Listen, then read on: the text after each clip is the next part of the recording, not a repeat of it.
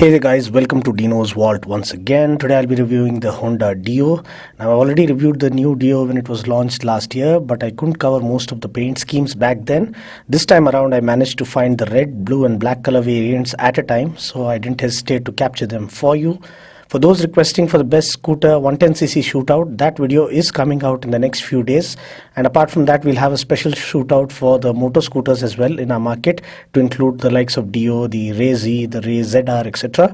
For now, let's see what makes the Dio stand out among its competition. First of all, you must be aware that the Honda Dio was the first motor scooter to be launched in our Indian market.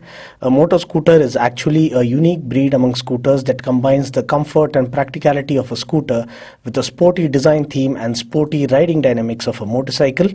We then had models coming from Yamaha too, but it was Honda who broke the ice in the motor scooter category, and when somebody takes an initiative, they always enjoy the first fruits of having a head start compared to the others. Hence, in my opinion, the Dio still comes across as one of the best looking motor scooters in our market.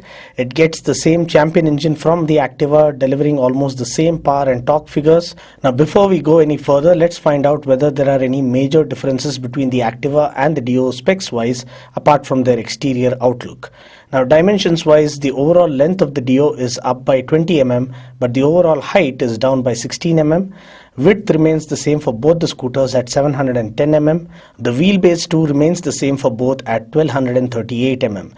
The Dio gets higher ground clearance at 158 mm as opposed to 153 mm of the Activa. The seat height again remains the same for both at 765 mm.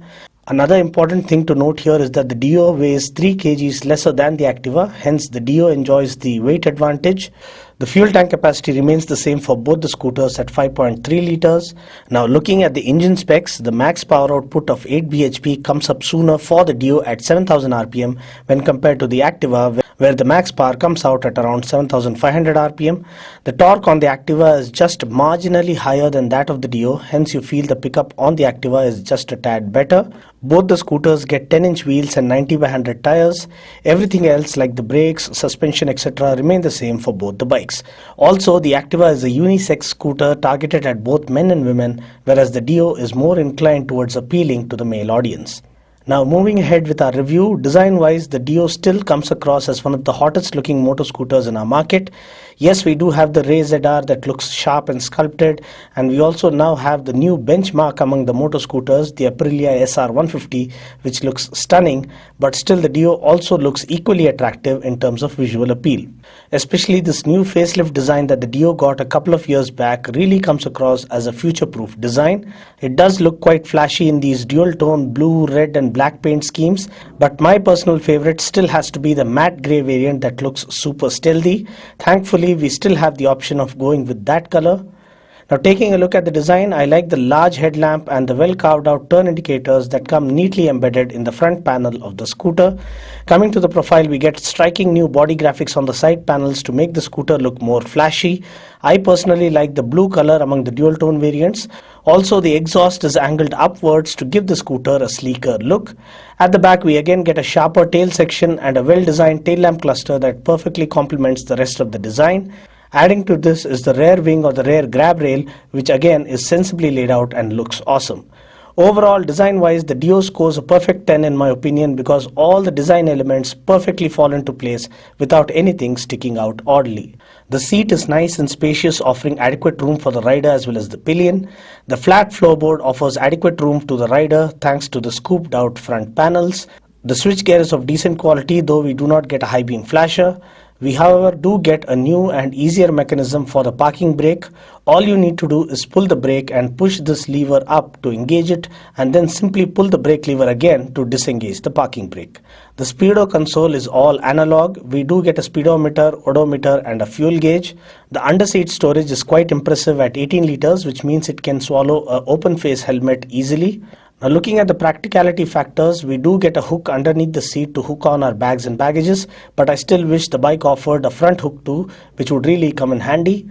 Moving on to the engine specs, powering the Dio is a 4-stroke air-cooled 109.2cc engine that puts out a max power of 8 bhp at 7000 rpm and 8.77 Nm of torque at 5500 rpm.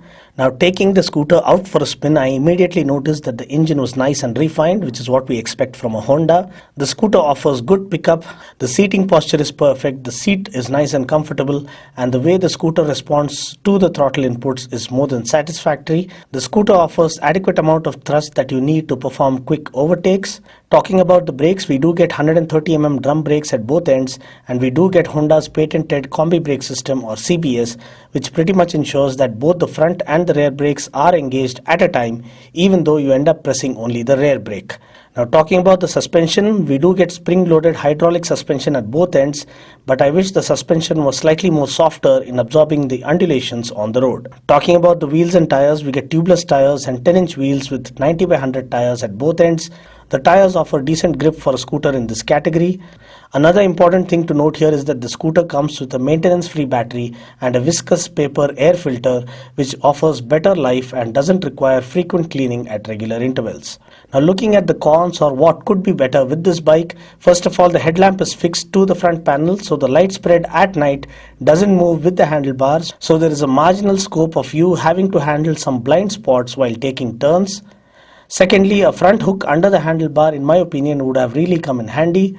Also, the inclusion of a high beam flasher would be a welcome addition in my opinion. Well, these are just the cons that I could come up with. Looking at other important specs, ground clearance is 158mm, which is more than sufficient on our Indian roads.